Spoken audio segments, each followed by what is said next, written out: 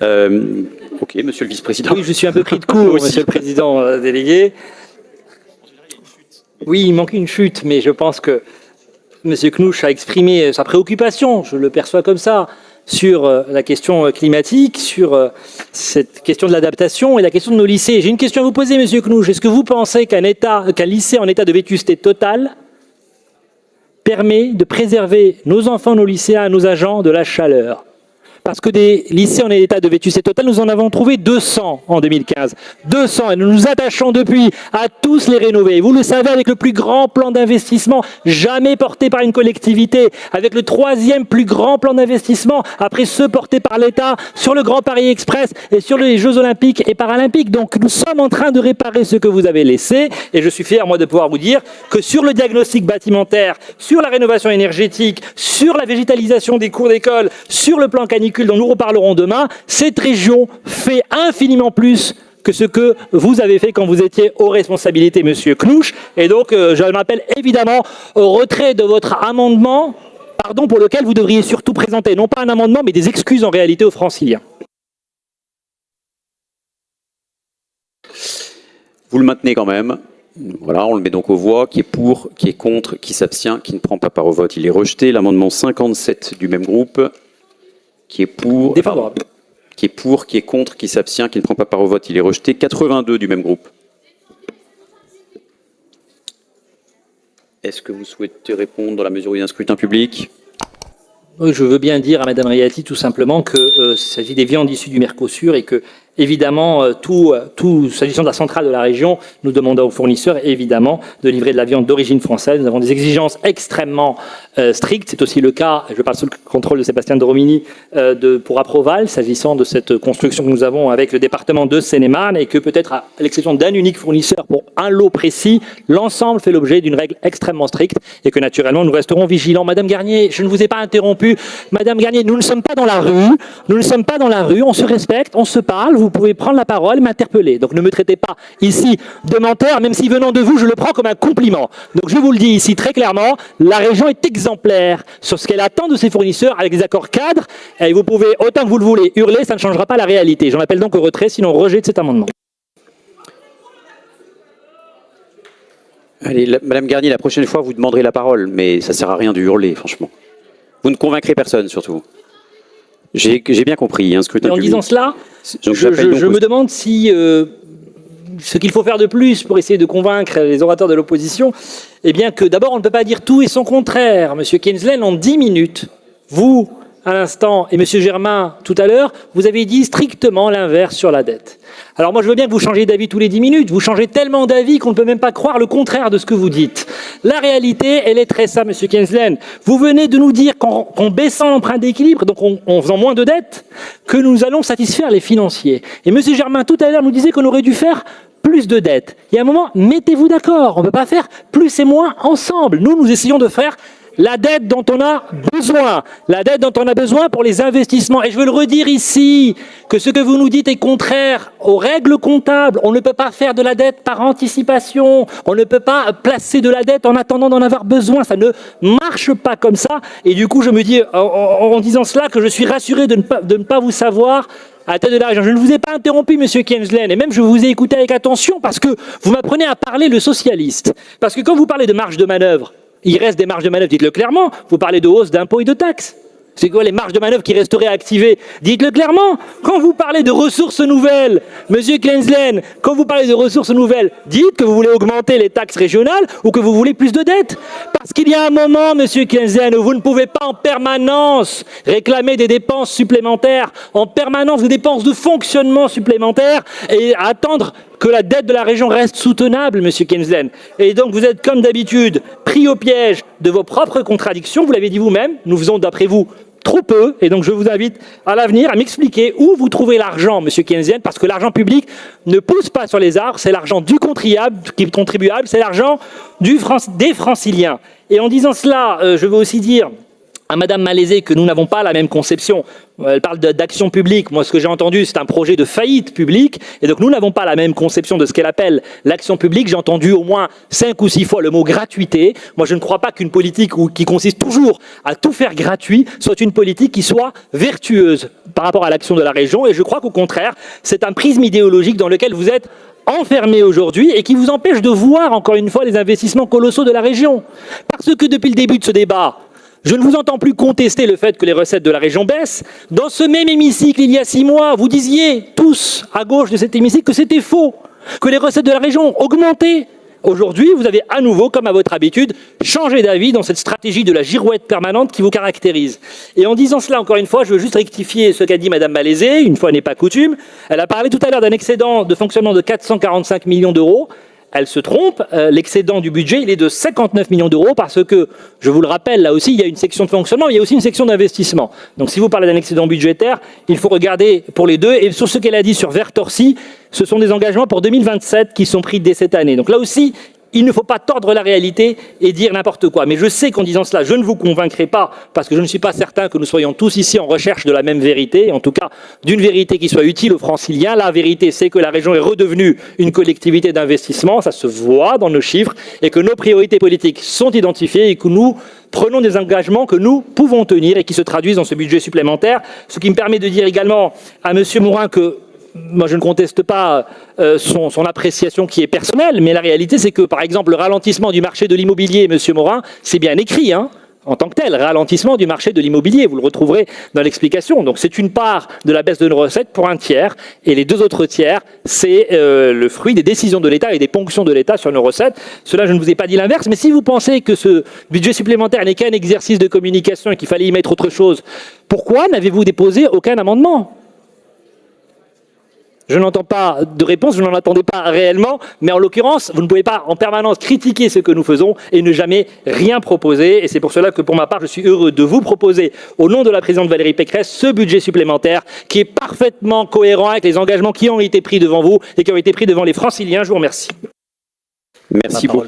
Je voudrais juste exprimer et prendre l'occasion du temps qui m'est accordé pour dire un ressenti à travers cet hémicycle. Je trouve que nous sommes plusieurs élus, des conseillers régionaux venant de territoires différents. Et je parle bien de territoires d'Île-de-France. Et je trouve que cet espace qui est censé être un espace démocratique, nous sommes réduits à avoir très peu de temps de parole. Et je tiens vraiment à exprimer ce regret parce que finalement nous sommes dans un hémicycle où nous devrions plutôt avoir un réel débat démocratique et nous sommes contraints à devoir calculer les minutes, les secondes pour intervenir. Alors bien entendu, l'idée c'est pas de changer le règlement aujourd'hui, nous le ferons en 2028 lorsque nous aurons remporté les élections régionales, mais je tenais à exprimer ce ressenti en tant que nouvel élu à la région, arrivé en novembre dernier. Pour revenir sur l'intervention, mais j'ai cru comprendre qu'on pouvait ajouter des secondes lorsque c'était des élus de la majorité, donc étant dans l'opposition. Pardon, excusez-moi, c'est pas ce que j'ai dit, donc au moins ne racontez pas n'importe quoi. Ça s'appelle aussi la démocratie, même quand on est nouveau. Oui, très bien. Écoutez, vous pouvez exprimer, je continuerai à parler. Donc nous le disons clairement, reprendre en régie les agents de restauration qui dépendaient du marché privé, c'est une bonne chose. C'est même ce que nous défendons depuis des années. Moins de sous-traitance, moins de délégation du privé, plus de services publics. Mais nous tenons à alerter. L'internalisation ne doit pas être un changement d'uniforme sans un réel changement de vie pour les agents. On ne sort pas des agents d'une DSP pour leur offrir les mêmes conditions, les mêmes cadences, les mêmes salaires, souvent trop bas, la même pénibilité, les mêmes horaires coupés, les mêmes corps usés. Dans les lycées, ce sont ces agents qui nourrissent les élèves, qui tiennent les cuisines, qui nettoient, qui portent, qui encaissent la chaleur, les charges, les urgences du quotidien, les absences souvent pas assez remplacées. Et sans eux, pas de restauration scolaire. Sans eux, pas de journée scolaire normale. Alors oui, les 59 postes créés, c'est mieux que rien, mais ce n'est pas un solde de tout compte. Nous pensons qu'il faut des garanties sur les rémunérations ou la reconnaissance de la pénibilité. Où est le plan de formation? Où est encore le remplacement systématique des absences? Où est la progression de carrière? Alors, internaliser, c'est bien, mais revaloriser, c'est indispensable. Merci. Vous voyez, vous avez eu la minute que je vous avais annoncée, donc c'était purement gratuit et pas très correct, votre réflexion. Ensuite, nous avons... La région n'a pas bougé le petit doigt face aux interventions directes de l'Élysée et du fonds d'investissement émirati MGX pour créer le plus grand data center d'Europe. Le projet de Fuju est un four climatique qui rejettera dans l'atmosphère presque 100% de sa chaleur fatale. C'est une folie, la canicule historique le démontre encore aujourd'hui. C'est aussi un renoncement à la souveraineté numérique du pays. L'exécutif ferme pourtant les yeux. Pas de prise de position, pas d'avis lors de l'enquête publique. Pas un mot non plus sur un projet qui ne respecte pas les orientations réglementaires du schéma directeur de la région Île-de-France. C'est regrettable alors que les enjeux sont considérables. Comment croire à votre stratégie après tant de passivité? Nous vous invitons à saisir tous les leviers pour véritablement encadrer l'implantation des centres de données. Je pense à une révision du SDRIFE pour exiger 50% de récupération de la chaleur fatale, par exemple. C'est une question de volonté politique et celle-ci ne peut pas être artificielle. Je vous remercie. Merci. Ensuite, pour Agir pour l'Île-de-France, est-ce qu'on a une prise de parole? Non. J'ai ensuite pour le RN, Monsieur Marly. Oui, Madame la Vice-présidente, mes chers collègues, cette stratégie part d'un bon constat. L'Île-de-France concentre 44% des data centers et près de 70% de la puissance installée. Nous sommes le 3e hub européen, le rapport le dit et il a bien raison. Mais entre constat et ambition, on observe encore un décalage. Ce texte compte 4 axes. 3 parlent de contraintes et un seul parle de puissance. On y lit des mots tels que vigilance, maîtrise, sobriété. À chaque page, on y cherche réellement l'audace. Car voici la vérité de ce que ce rapport n'ose pas écrire. La France est en retard. Pendant que nous rédigeons des grilles de qualification et des analyses coût-avantage, les États-Unis construisent, la Chine déploie, et nos voisins européens captent les projets que nous laissons filer. L'Irlande, les Pays-Bas ou encore la Scandinavie ne perdent pas leur temps à se demander comment freiner, ils accueillent. Le calcul, c'est la matière première du siècle. Sans capacité de calcul souveraine, pas d'IA française. Et sans IA française, pas de défense, pas de santé, pas d'industrie qui tienne. Et ce rapport, dans son axe sur le raccordement, propose quoi? De faire payer aux porteurs de projets l'intégralité des coûts du réseau. Autrement dit, de dresser une barrière à l'entrée au moment précis où il faudrait ouvrir grand les portes. Je ne demande pas de renoncer à l'exigence, au contraire, je demande de l'orienter. Un data center qui intègre les puces françaises, qui ouvre son calcul à nos startups, qui chauffe nos quartiers grâce à une énergie aujourd'hui valorisée, celui-là, nous devons l'aider et l'encourager. Au-delà de notre région, le message doit partir d'ici. La multiplication des normes, des seuils, des procédures, tout cela a un coût. Et ce coût, c'est notre décrochage national. Chaque contrainte ajoutée sans contrepartie de puissance est un projet qui s'installe ailleurs et une souveraineté qui nous échappe. L'Île-de-France a tout pour gagner. Une électricité décarbonée, abondante et souveraine. Un écosystème de premier plan, des champions qui émergent, Mistral, Éclairion ou encore Opcore dans le Val d'Oise pour ne citer qu'eux. À l'instar du projet d'implantation massive de data center en Seine-et-Marne, faisons de cette stratégie non pas un catalogue de précautions, mais un acte de conquête. L'Île-de-France, première région économique d'Europe, doit devenir la capitale européenne de l'IA. Je vous remercie. Merci. Ensuite, pour le pôle écologiste, Madame Mechtou. Merci Madame la Présidente de séance, Madame la Vice-Présidente, Monsieur le Vice-Président, mes très chers collègues. Les constats posés par ce rapport sur les data centers, leur implantation, les précautions à prendre vont dans le sens de ce que porte notre groupe. Oui, l'essor de l'IA et des services numériques amène à un accroissement des besoins de stockage de données. Oui, nous ne pouvons pas stocker toutes nos données nationales à l'étranger, de la même manière que nous ne penserons aucunement le faire quand il s'agit d'archives physiques. Oui, leurs impacts sont multiples, les pressions sur le foncier, îlots de chaleur, nuisances sonores, consommation d'eau, pollution de l'air, émissions de gaz à effet de serre, consommation d'électricité, destruction d'espaces naturels. S'il vous plaît, les camarades de l'UDI, c'est insupportable. Enfin, camarades d'ailleurs, d'électricité, de destruction des... Oui, les data centers doivent bien s'installer quelque part, mais encore faut-il le faire intelligemment. Et par intelligemment, nous entendons de petits data centers. Une chaleur fatale récupérée systématiquement pour chauffer les bâtiments, une répartition équitable sur le territoire. Leur implantation doit être plus mesurée, concertée et le plus sobre possible afin d'éviter les impacts négatifs. Ces objectifs, que vous avez l'air au premier abord de partager, un peu tard certes, mais de partager quand même, ne sont d'aucune manière cumulables avec vos objectifs économiques, pas plus d'ailleurs que ceux de l'État. Au lieu de bondir sur l'opportunité que créent les moratoires à Amsterdam, Dublin ou Stockholm sur l'implantation de nouveaux data centers, cela devrait plutôt nous amener à des réflexions. Et qu'on ne nous dise pas que la France n'est pas comme ses voisins, que nous vivons dans une abondance énergétique formidable, lorsque pendant l'hiver 2022, Bruno Le Maire arbore son merveilleux col roulé pour nous appeler à moins nous chauffer pour réussir à avoir plus de sobriété. Oui, il en faut, mais vous en voulez toujours plus. Dans une région qui concentre pourtant déjà 44% des data centers de France, vous êtes encore dans votre logique de compétition afin de vous continuer, de vous vanter d'être en la matière la première région d'Europe. Jusqu'où la compétition effrénée ira-t-elle? Que ferez-vous quand nous devrons choisir entre alimenter nos data centers en Île-de-France, chauffer nos écoles ou refroidir nos hôpitaux? Une compétition qui n'a pas de sens quand nous souhaitons rester la première région IA d'une Europe qui elle-même ne détient que 4% de la puissance de calcul mondiale. Aucun sens quand la France aussi déploie des services pour gagner en souveraineté qui sont financés par des fonds étrangers. Là où nous devons être des champions, c'est sur l'innovation. Pourtant, la récupération de la chaleur fatale, que vous appelez aussi de vos vœux, n'est que très peu mise en œuvre. D'abord par manque d'anticipation. Personne n'a attendu le vote du SDRIFE pour commencer à installer des data centers en Île-de-France. Mais aussi parce que dans les faits, la mise en application de ces exigences en reste au stade des intentions. Et c'est les porteurs de projets qui, bien souvent, renvoient la responsabilité de leurs utilisations vers les élus locaux qui, eux, sont bien démunis face à cette situation. Et de ce fait, c'est loin d'être aujourd'hui un usage. Et que penser de nos stratégies, de nos voix, de nos vœux, quand l'État tord le bras de l'ensemble des parties prenantes en implantant des data centers sur les terres agricoles d'Île-de-France, comme Foujou? Que les habitants du Bourget du Blanc-Ménil sont obligés de se battre contre l'implantation de toujours plus de data centers, toujours plus gros, voraces en énergie dans leurs environs.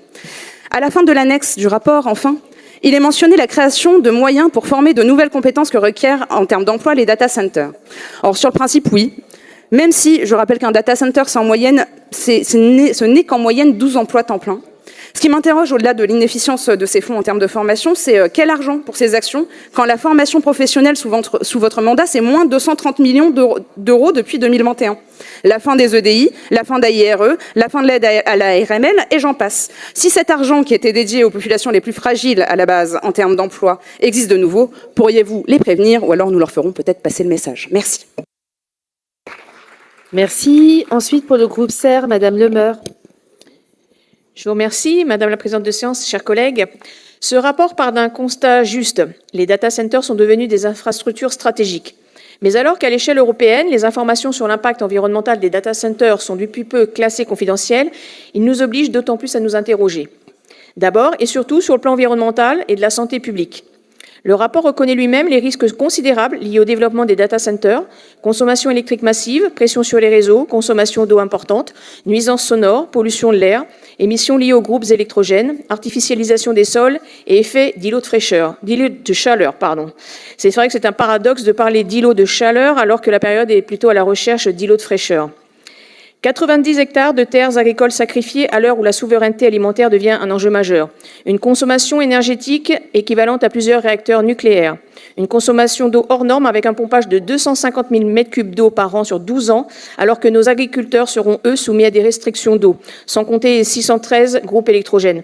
Ça donnerait le tournis si seulement ça ne concernait pas une réalité. Et cette réalité, c'est ce fameux projet du plus grand data center d'Europe à Foujou, petit village seine-et-marnais de moins de 700 habitants. Pourtant, malgré ces alertes, la région choisit d'accélérer les implantations plutôt que d'appliquer un véritable principe de précaution.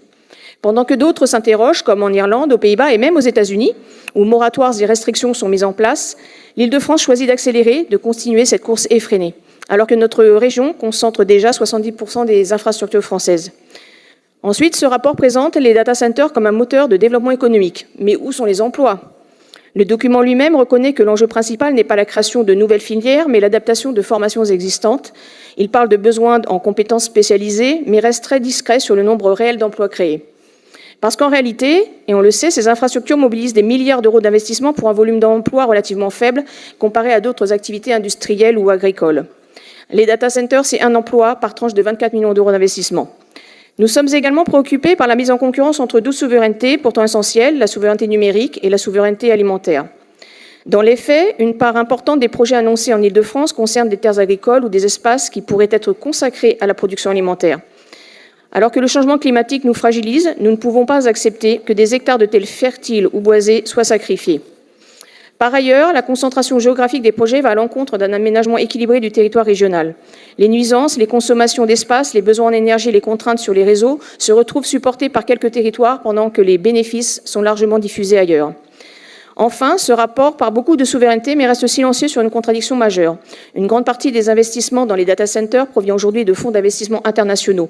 Pour preuve encore, ce fameux projet de Fujus, c'est 50 milliards d'euros d'un fonds d'investissement émirat. Les financements et les contrôles exclusifs par des capitaux étrangers n'est pas notre vision de la souveraineté française. Nous considérons que cette stratégie privilégie donc la course à l'attractivité économique au détriment de la sobriété, de la justice territoriale, de la préservation des terres agricoles, de la transition écologique et de la santé publique. Si nous ne sommes pas contre une stratégie régionale, nous demandons un encadrement beaucoup plus strict des projets, une évaluation indépendante de leurs impacts et une véritable planification démocratique de leur développement. Nous nous abstiendrons donc sur ce rapport. Merci. D'ailleurs, c'est ce qu'on a fait avec Eclairion et c'est ce qu'on vient de voter, enfin ce qu'on vient d'annoncer avec Vezora à Vivatech pour justement une entreprise qui fait des puces. Alors je dis pas qu'ils vont concurrencer Nvidia demain, mais en tout cas on les pousse et on les finance pour avoir aussi une souveraineté sur les semi-conducteurs, sur toute cette chaîne de valeur. Donc on agit là-dessus sur nos entreprises. Je te rappelle quand même qu'on n'est pas complètement étranger au fait que Mistral reste en Île-de-France, ils avaient des envies un peu nordiques. Ils sont restés en France grâce aussi à ce qu'on a fait à Bruyères-le-Châtel avec Eclairion et accessoirement à la subvention aussi qu'on a attribuée à Mistral pour avoir cette souveraineté.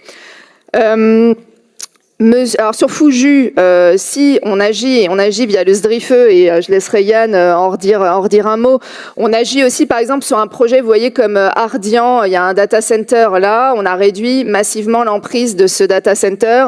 Au début, il devait faire 65 hectares, maintenant il en fait 35, donc si la région peut avoir un impact, et c'est ce qu'on fait, on essaye de faire évoluer positivement les aspects environnementaux, mais tu le diras. Le SDRIFE disait que Fuju était sur une parcelle qui était déjà un secteur à urbaniser, je le rappelle, fléché depuis longtemps pour l'activité économique, donc personne ne découvre ça, et d'ailleurs tous les élus locaux sont vraiment en soutien de ce projet qui va avoir des retombées importantes, et puis qui écarte toute zone habitée future, puisqu'il y a l'A5, la LGV Paris-Lyon, un centre pénitentiaire, un centre de déchets à proximité, donc il n'y avait pas de zone habitée possible. Je reviens sur la souveraineté. Madame Mouchetou, vous avez précisé, on ne peut pas stocker toutes nos données à l'étranger, on est d'accord, besoin d'avoir des équipements en Île-de-France, effectivement. Avoir des petits data centers, mais ça on en a déjà beaucoup, des petits data centers, et hier je parlais justement avec les personnes d'Eclairion, donc se sentent vraiment souverains, ils me disaient, au contraire, l'impact écologique est pire quand on multiplie les petites infrastructures plutôt que d'avoir une grande à un endroit. Donc je pense que on peut avoir les deux et que l'un n'exclut pas l'autre.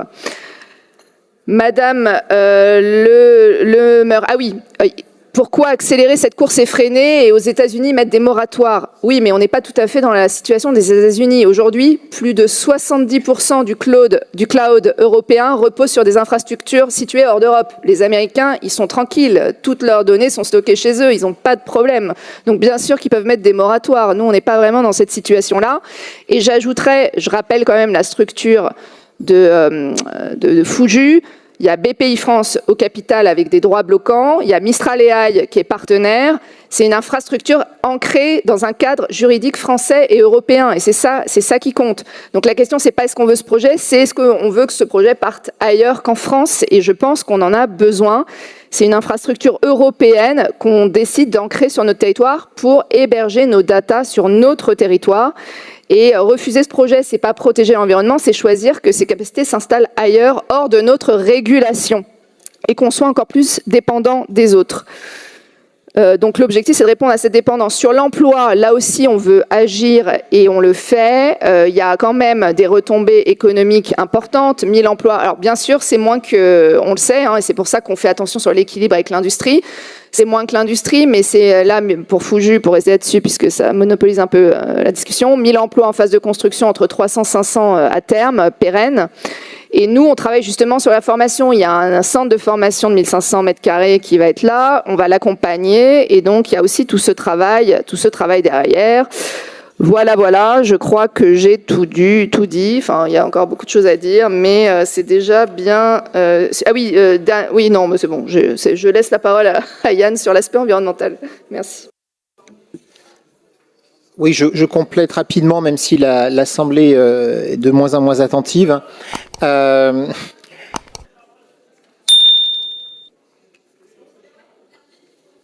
Ok, que dit la présidente ?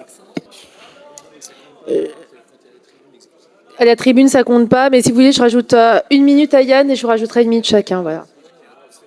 Pour la qualité du débat. Merci Madame la Présidente. Alors rapidement, je voulais...